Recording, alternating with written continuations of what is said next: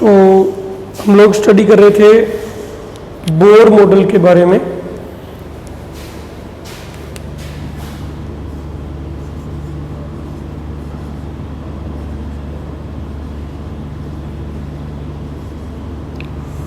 Atomic models अपने पढ़ रहे थे, इससे पहले हम लोगों ने रदरफोर्ड मॉडल को स्टडी किया और अब हम लोग स्टडी कर रहे थे बोर मॉडल के बारे में। तो स्टूडेंट्स, बोर मॉडल क्या है उसका फर्स्ट पॉइंट अपने पढ़ चुके थे कि फर्स्ट पॉइंट में बोर ने ये कहा कि इलेक्ट्रॉन जो है वो न्यूक्लियस के अराउंड फिक्स ऑर्बिट में क्या है, घूमते रहते हैं। ऑर्बिट का मतलब उनकी जो डिस्टेंस होगी कहाँ से, न्यूक्लियस से, वो फिक्स्ड होगी। जैसे मान लीजिए इसकी रेडियस है R2, इसकी रेडियस है R1। तो ऐसा नहीं है कि इलेक्ट्रॉन किसी भी रेडियस के अपने जो है सर्कल उनमें घूम रहा है, बल्कि फिक्स रेडियस के जो है सर्कल में जो है वो घूमता है। और उसको जो सेंट्रीपिटल फोर्स मिलती है, वो मिलती है किस वजह से, इसके और इलेक्ट्रॉन के बीच में लगने वाली अट्रैक्शन फोर्स के कारण से। क्योंकि न्यूक्लियस धनात्मक पॉजिटिवली चार्ज है, इलेक्ट्रॉन जो है वो नेगेटिवली चार्ज है, तो दोनों के बीच में अट्रैक्टिव फोर्स जो लगती है वो इसको प्रोवाइड करवाती है। क्या प्रोवाइड कराती है? अपने इसको प्रोवाइड कराती है सेंट्रीपिटल फोर्स। और उन्होंने इस बात को भी बताया कि हालांकि ये इसका जो गति होती है, इसका जो मोशन होता है वो एक्सेलरेटेड होता है, मोशन जो है वो एक्सेलरेटेड होता है, परंतु फिर भी इलेक्ट्रॉन अपनी खुद की ऑर्बिट में अगर है तो उस समय वो रेडिएशंस को यानी इलेक्ट्रोमैग्नेटिक वेव को एमिट नहीं करेगा। यानी ये बिल्कुल मैक्सवेल थ्योरी के अपोजिट इन्होंने बात कही। इसका एक्सप्लेनेशन उन्होंने नहीं दिया कि जब तक वो अपनी ऑर्बिट में घूमेगा तब तक वो कोई भी फोटोन यानी किसी भी टाइप की एनर्जी को रेडिएट नहीं करेगा, रेडिएशन उसमें से नहीं निकलेंगी। ये उन्होंने फर्स्ट के अंदर बताया। ठीक है। सेकंड के अंदर उन्होंने बताया कि जो इलेक्ट्रॉन का एंगुलर मोमेंटम होगा, कल जैसे हमने पढ़ा था इलेक्ट्रॉन का एंगुलर मोमेंटम L जो है वो होगा mvr।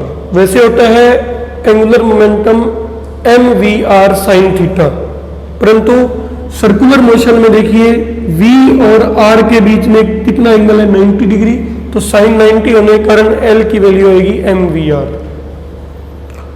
तो इन्होंने कहा कि ऑर्बिट कैसे डिसाइड होती है, यानी ऑर्बिट की जो रेडियस है उसके अंदर वो किस स्पीड से इलेक्ट्रॉन घूम सकता है, वो डिसाइड कैसे होता है। उसके लिए उन्होंने रूल क्या दिया कि इलेक्ट्रॉन केवल उन्हीं ऑर्बिट्स में घूम सकते हैं, इलेक्ट्रॉन केवल उन्हीं ऑर्बिट्स में घूम सकते हैं जिन ऑर्बिट में इलेक्ट्रॉन का जो एंगुलर मोमेंटम होगा L, वो इक्वल टू होगा NH/2π के। यहां पे n क्या चीज है, इंटीजर है, और H/2π क्या है, H है प्लैंक्स कांस्टेंट, 2π है 3.14 × 2। तो इन्होंने ये बताया अपने को कि जो ये ऑर्बिट्स होंगी वो वही पॉसिबल है जिनमें इलेक्ट्रॉन का एंगुलर मोमेंटम जो है उसकी वैल्यू H/2π के मल्टीपल के रूप में हो, इंटीजर मल्टीपल के रूप में हो। ठीक है। जैसे मान लीजिए इसका जो मीनिंग है वो आप समझिए कि mvr will be equal to NH/2π। तो सपोज अपने फर्स्ट ऑर्बिट ले रहे हैं, n इज इक्वल टू 1 लेते हैं, तो mvr इज इक्वल टू क्या आ जाएगा, H/2π। अगर अपने इसको सॉल्व करें तो इसकी वैल्यू आएगी, मान लीजिए इसकी कोई वैल्यू आई, एक कांस्टेंट वैल्यू आएगी क्योंकि इसकी वैल्यू थी 6.63 × 10⁻³ × 2 × 3.14। तो इससे अपने को क्या मिलेगी, एक कांस्टेंट वैल्यू मिलेगी।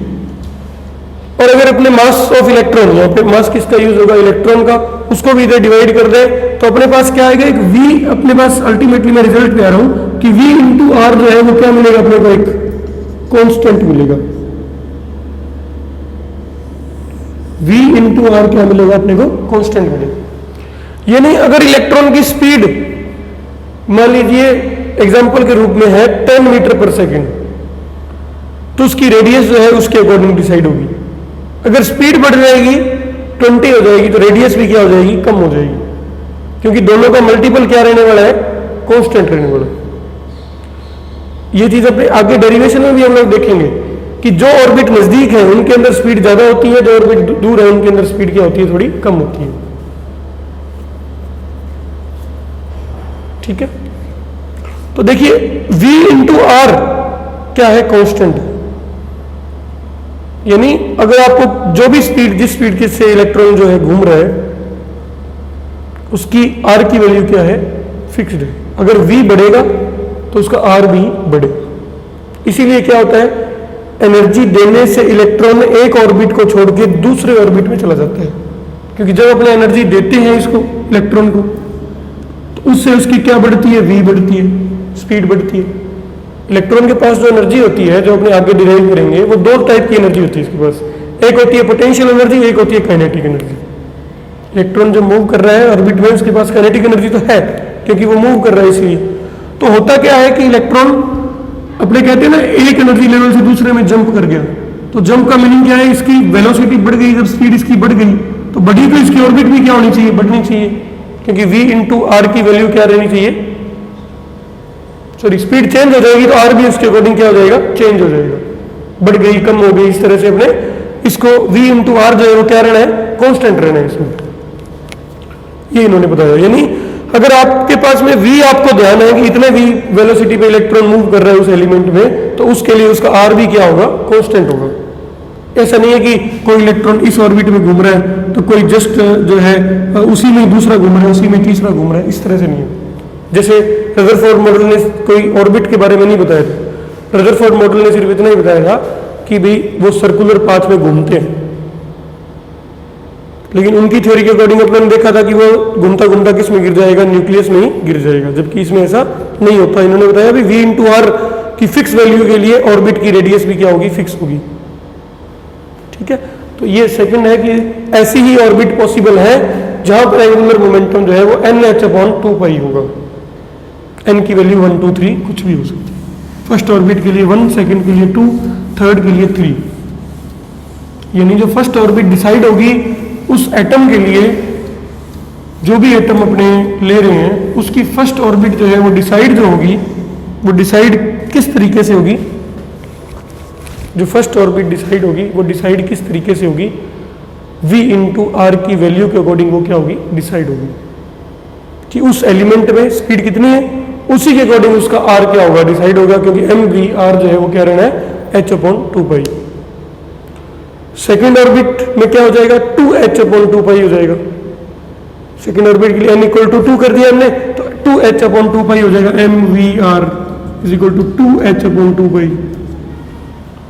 इसकी ऑर्बिट इस रिलेशन के अकॉर्डिंग डिसाइड होगी कि अगर आपने अपने को पता है कि उसके अंदर इतनी स्पीड है तो उसकी रेडियस उसके अकॉर्डिंग डिसाइड होगी। ऐसा नहीं है कि किसी भी रेडियस में वो घूमता फिरे, ऐसा नहीं, फिक्स ऑर्बिट है। फिक्स का मतलब v और r की वैल्यू का जो मल्टीपल है वो उसके लिए क्या है, फिक्स्ड है। उसके लिए क्या है, v और r की वैल्यू का मल्टीपल जो है वो क्या है, फिक्स्ड। ठीक है, थर्ड केस एक्सप्लेनेशन इन्होंने दी कि फिर भी जब आपकी रेडिएशन जो है वो निकलती नहीं है, अगर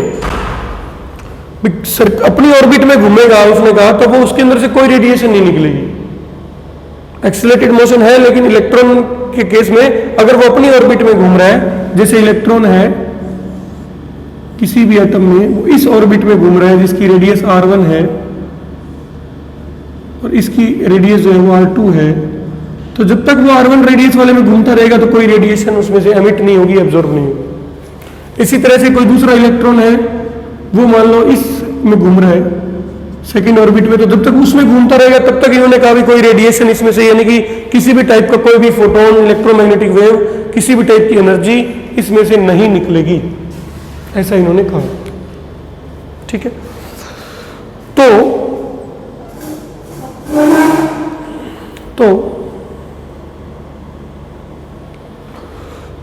फिर कब निकलेगी रेडिएशन, वो इन्होंने बताया कि जब इलेक्ट्रॉन हायर ऑर्बिट से लोअर ऑर्बिट में आता है, यानी जिसकी रेडियस ज्यादा है वहां से कम रेडियस वाले में आता है, तो उस समय एनर्जी जो है वो रिलीज होती है। ठीक है, और रिलीज किस फॉर्म में होती है? फोटोन की फॉर्म में होती है, यानी एक बंडल की फॉर्म में होती है, क्वांटम की फॉर्म में होती है। यूं नहीं है कि कंटिन्यूअस रिलीज। एक बार जैसे अपने समझ सकते हैं कि एक बार हमने कोई टॉर्च को जलाया फिर बंद कर दिया, तो वो क्या है, एक बार उसकी जो लाइट एनर्जी निकली उसके बाद में वो बंद हो गई। उस टाइप से एनर्जी इसमें निकलती है कि मान लीजिए इसकी एनर्जी है, लेवल है En2, इसका एनर्जी, इसके अंदर जो एनर्जी है इलेक्ट्रॉन की वो है En1, जो इस ऑर्बिट में En2 है, इस ऑर्बिट में En1 है। N1 N2 इसलिए लिख रहा हूं क्योंकि जरूरी नहीं है कि ऑर्बिट फर्स्ट ही हो सकता है ये थर्ड ऑर्बिट हो, ये फोर्थ हो। N1 का मतलब क्या है? Lower orbit.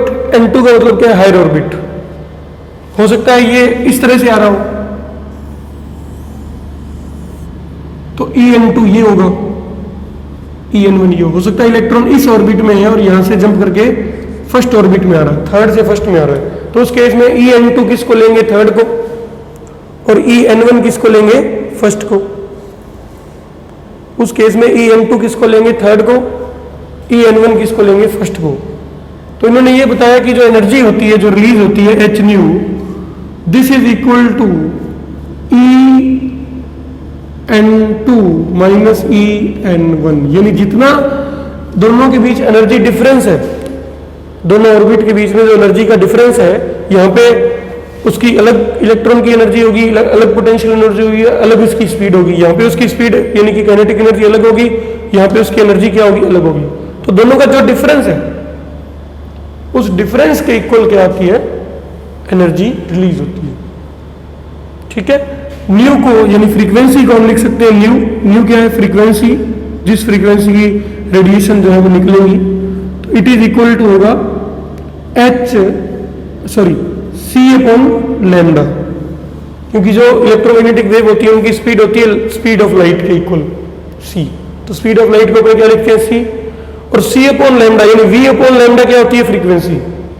फ्रीक्वेंसी जो होती है किसी भी चीज की, f वो होती है velocity of wave divided by lambda. तो यहाँ पे कितनी है स्पीड? c, तो यहाँ पे हम फ्रीक्वेंसी को क्या लिखेंगे? C/λ।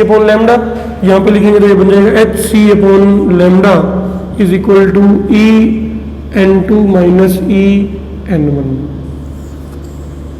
ये आ गया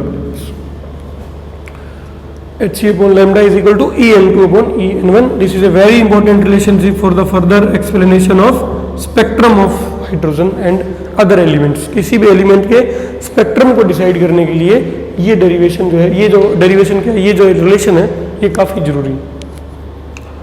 ठीक है, तो क्या बताया इन्होंने थर्ड में कि एनर्जी कब रिलीज होती है किसी भी एटम में से? जब इलेक्ट्रॉन हायर ऑर्बिट से लोअर में आता है तब रिलीज होती है। कितनी रिलीज होती है? उन दोनों के एनर्जी गैप के इक्वल। जैसे थर्ड और फर्स्ट, थर्ड से फर्स्ट में आ रहा है तो थर्ड और फर्स्ट के बीच जो एनर्जी का गैप है उसके इक्वल क्या आएगी? एनर्जी रिलीज हो जाएगी। उसमें से कौन सी रूप में निकलेगी? फोटोन के रूप में निकलेगी, इलेक्ट्रोमैग्नेटिक वेव के रूप में निकलेगी। देखिए इलेक्ट्रोमैग्नेटिक वेव कौन कौन सी होती है? लाइट, जिसकी वजह से अपने देखते हैं वो होती है लाइट। इसके अलावा कुछ ऐसी होती हैं जिनको अपने देख नहीं पाते, जैसे कि इंफ्रारेड। अपना जो रिमोट होता है उसके सामने जो बल्ब लगा होता है उसमें से जो वेव्स निकलती हैं उसको बोलते हैं इंफ्रारेड वेव्स। एक्सरे, एक्सरे भी वेव्स होती है, अपने एक्सरे करवाते हैं वहां पे। इसके अलावा रेडियो वेव्स, जैसे अपने मोबाइल फोन में भी क्या आती हैं? वेव्स आती हैं। वो अपने को वेव दिखती नहीं है। कुछ वेव ऐसी होती है जो विजिबल होती है अपने को, जैसे कि किसी स्ट्रिंग में अपनों ने वेव बनाई, पानी के अंदर वेव बनी, वो विजिबल होती है। लेकिन ये इलेक्ट्रोमैग्नेटिक वेव्स विजिबल नहीं होती। उनमें से कुछ पोर्शन विजिबल होता है जिसको अपने लाइट कहते हैं। 3800 एंगस्ट्रॉम टू 7800 एंगस्ट्रॉम उसका वेवलेंथ होता है। कई बार अपने इसको वीडियोस में बता चुका हूं मैं। सबसे कम जो है वो वायलेट का होता है, सबसे अधिक जो है वो रेड कलर का वेवलेंथ होता है। ठीक है, तो इसलिए इन चीज़ों को अपने को स्टडी करना है, आगे भी ये यूज होगा। तीन मेन बातें इन्होंने बताई। पहली बात तो ये बताई इन्होंने कि हमारी जो एनर्जी होगी, हमारा जो इलेक्ट्रॉन होगा वो फिक्स ऑर्बिट में घूमेगा और रेडिएशन को रिलीज नहीं करेगा। सेकंड, ऐसी ऑर्बिट में घूमेगा, अगर फिक्स में घूमेगा तो उसकी कंडीशन क्या दी इन्होंने, जिसके अंदर उसका एंगुलर मोमेंटम क्या हो, NH/2π हो, केवल उनमें घूमेगा। यानी V और R का जो वैल्यू है वो इस तरह से डिसाइड होगी कि उसका जो मल्टीपल है वो एक कांस्टेंट बना रहे। और तीसरी चीज क्या बताई कि वो रेडिएशन कब फिर एमिट करेगा, रेडिएशन तब एमिट करेगा जब वो हायर ऑर्बिट से लोअर ऑर्बिट में आता है। ठीक है, इस तरह से टोटल ये तीन इन्होंने अपने स्टेटमेंट्स दी। इसी पे आगे अपना लेसन जो है वो चलेगा।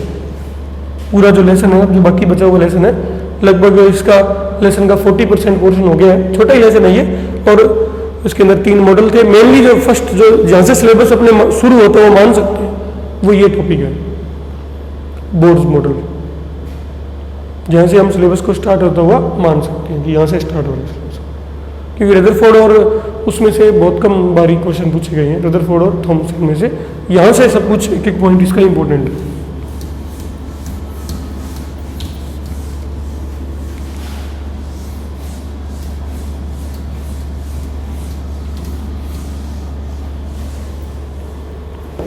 उसके बाद अपने पास में आता है एक छोटा सा डेरिवेशन, वो है radius of electron orbits. Radius of electron orbits, ये टॉपिक और अपने करते हैं। स्टूडेंट्स, अपने को अब जो डेरिवेशन अपने करेंगे वो डेरिवेशन है रेडियस ऑफ ऑर्बिट। उसके बाद में हमारे पास है कि energy in orbit, velocity of electron in an orbit, frequency of electron in an orbit. 3-4 चीजें अपने पास में हैं। सबके अंदर पहले अपने जनरल फॉर्मूला डिसाइड करेंगे हर टाइप के एटम के लिए। कोई भी एटम है जिसका जेड कुछ भी हो, उसके लिए जनरल फॉर्मूला करेंगे और फिर उसको अपने स्पेशलाइज करेंगे हाइड्रोजन के लिए। इस लेसन में मेन जो इंफेसिस दिया गया है वो कौन से एटम के लिए दिया गया है, हाइड्रोजन के लिए दिया गया।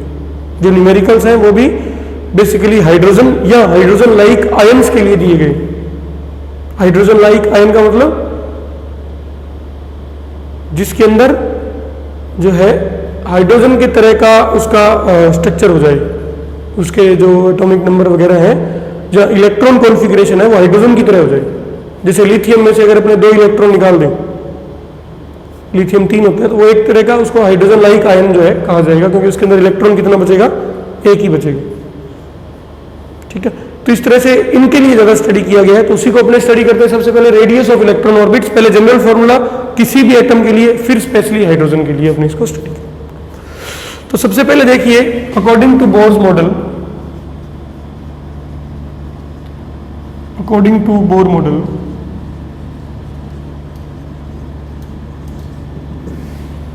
according to Bohr model, we know that centripetal force Fc is given by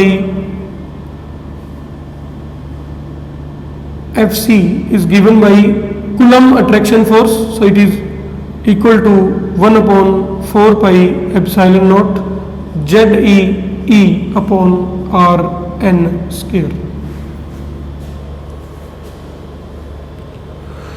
हमारा जो इलेक्ट्रॉन है, मान लो वो एक ऑर्बिट में घूम रहा है और उस ऑर्बिट की रेडियस है Rn। Rn क्यों ली? फर्स्ट ऑर्बिट हो सकती है तो R1 हो जाएगी, सेकंड ऑर्बिट है तो R2, थर्ड ऑर्बिट है तो क्या हो जाएगी, R3 हो जाएगी। इस तरह से उसकी जो ऑर्बिट है उसकी रेडियस R1, R2, R3 कुछ भी हो सकती है। ठीक है,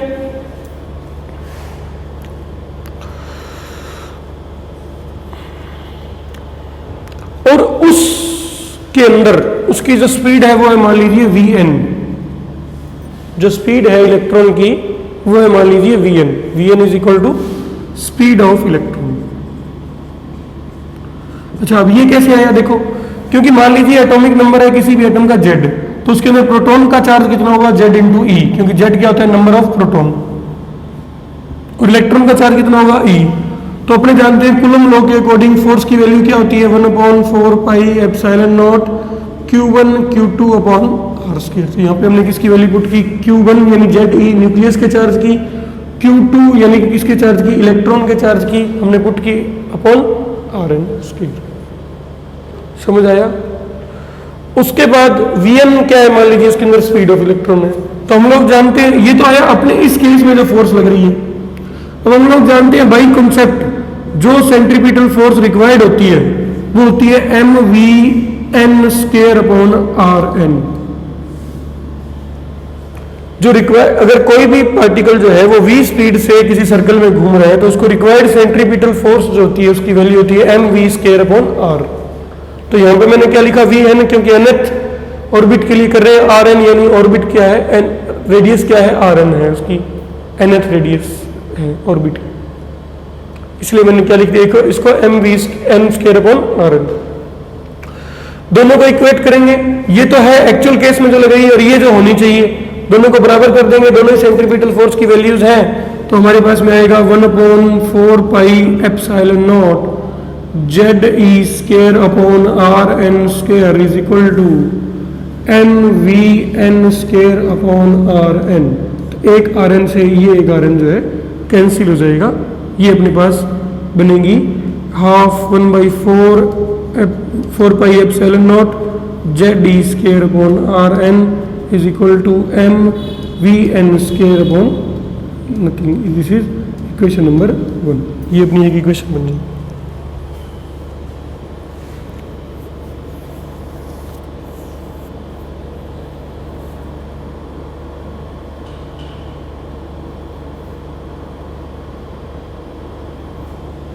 अब from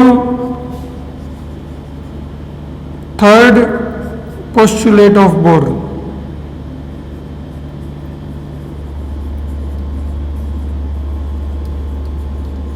sorry from second postulate यानी सेकेंड स्टेटमेंट,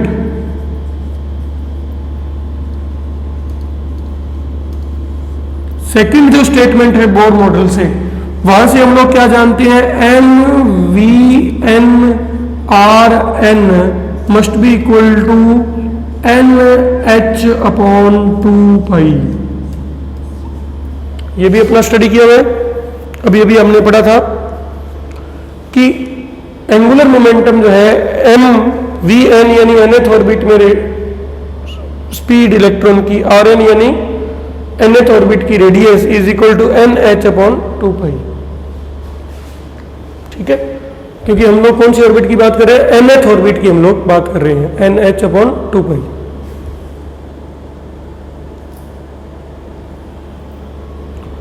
तो यहां से अपने पास में जो है Vn की अगर अपने वैल्यू निकालें, यहां से अगर अपने Vn की वैल्यू निकालें तो Vn जो आएगा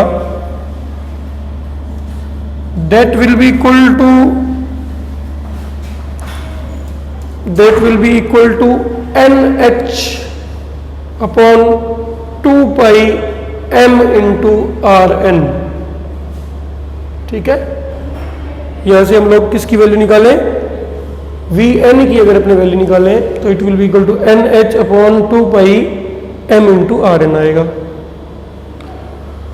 Putting this value in equation 1, putting this value in equation number 1, equation number 1 में अपने इसको पुट कर देंगे।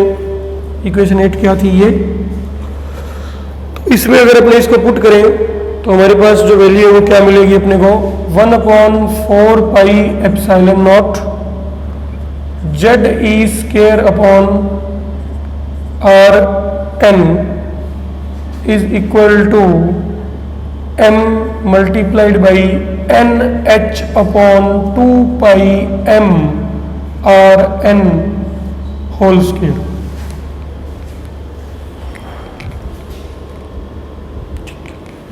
और यहां से जब अपने इसको और सॉल्व करेंगे so it will become 1/4 pi epsilon naught ZE square upon Rn is equal to m N square H square over 2 pi square, sorry 4 pi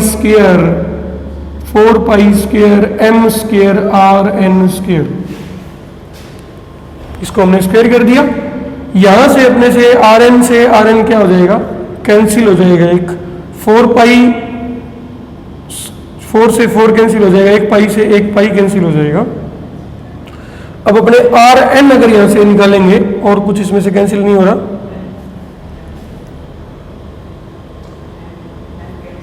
M से एम भी क्या हो जाएगा, कैंसिल हो जाएगा, क्योंकि यहाँ पे एक एम था, यहाँ पे एम स्क्वायर है, तो ये एम से एम भी एक कैंसिल हो जाएगा। तो हमारे पास जो आर एन की जो वैल्यू बचेगी, दैट आर एन, ये इधर आ जाएगा, R N into Z E square will be equal to R N into, अभी कुछ यहाँ पे पाई और एम भी बचा हुआ है, पाई इंटू एम, ये हम इसको क्रॉस मल्टीप्लाई करें तो Z E square R N into pi M, ठीक है। This will be equal to N square H square epsilon naught, N square H square epsilon naught, ठीक है। और यहां से अपने पास किसकी वैल्यू आ जाएगी, आर एन की वैल्यू आएगी, that will be equal to N square H square epsilon naught over over over over Z E square pi M, N square H square epsilon naught over Z E square pi M. ये किसकी value आएगी, pi M E square epsilon naught. तो ये अपने पास R M की एक general value आ गई। किसके लिए आ गई जनरल वैल्यू, ये किसी भी टाइप के इलेक्ट्रॉन के लिए अपने पास एक जनरल वैल्यू आई। किसी भी एटम के nth ऑर्बिट में, जैसे अपने को मान लो हाइड्रोजन की फर्स्ट ऑर्बिट में निकालना है, तो उसकी वैल्यू आ जाएगी, यहाँ पे 1 रख देंगे, जो अपने नेक्स्ट क्लास में करेंगे। यहाँ पे 1, यहाँ पे भी फर्स्ट ऑर्बिट के लिए 1, सिर्फ सोल्व करेंगे H square epsilon naught E square pi M को। तो यहाँ से हम लोग नेक्स्ट क्लास जो है वो स्टार्ट करेंगे। Okay, thank you.